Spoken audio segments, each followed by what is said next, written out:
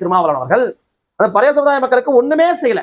ஆனா அந்த பறையர் சமுதாய மக்கள் திருமாவளவன் அவர்களிடம் எந்த ஒரு கேள்வியும் கேட்காம, நீங்க ஏங்க எங்களுக்கு செய்யல அப்படின்றதெல்லாம் கேட்காம, திமுக நம்மளை இழிவுபடுத்துறாங்க, வேங்க வகையில இன்னி வரைக்கும் குற்றவாளிகளை கைது செய்யல, நமக்கு உரிய பிரதிநிதித்துவத்தை கொடுக்க மாட்டேன்றாங்க, அமைச்சரவை பறையர் சமுதாய மக்களுக்கு பிரதிநிதித்துவம் கிடைக்க மாட்டேங்குது, முக்கியமான பிரதிநிதித்துவம் கிடைக்க மாட்டேங்குது, பொன்முடி போன்றவர்களும் ராஜகோபால் கண்ணப்பன் போன்றவர்களும் நம்மள இழிவுபடுத்துறாங்க, அப்படி இருந்துகிட்டு ஏன் திமுக கூட்டணியில விட்டுட்டு வெளியே வரல அப்படின்ற கேள்வி கேட்கல.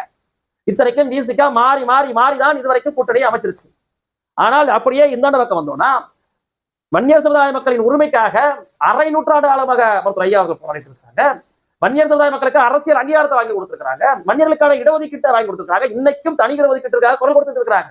ஆனால் இந்த வன்னியர் சமுதாய மக்கள் தன்னுடைய சதையை அறுத்து தின்பது போல தன்னுடைய தலைவரை பற்றி புறம் பேசுவதை என்னைக்கு மாத்திக்க போறாங்கன்னு தெரியாது.